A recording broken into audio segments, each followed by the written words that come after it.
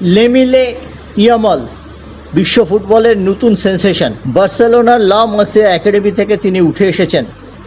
তার বাবা মরক্কান, মা ইথিওপিয়ার বাসিন্দা ছিলেন। তাই স্পেনের হয়ে চলতি ইউরো কাপে অভিষেক হওয়া ফুটবলারটিকে স্প্যানিশদের মতো দেখতে নয়। তার বয়স মাত্র 16 বছর, কিন্তু এই 16 বছর বয়সে তার দর উঠেছে 225 মিলিয়ন ইউরো, ভারতীয় মুদ্রায় 2000 কোটি টাকা।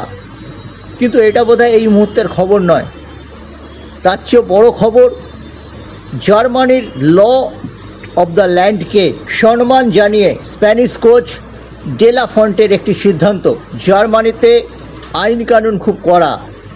শিশু শ্রমের ব্যাপারে সেখানকার আইন হলো রাত 8টার পর কোনো শিশু শ্রমিক কাজ করতে পারবেন না।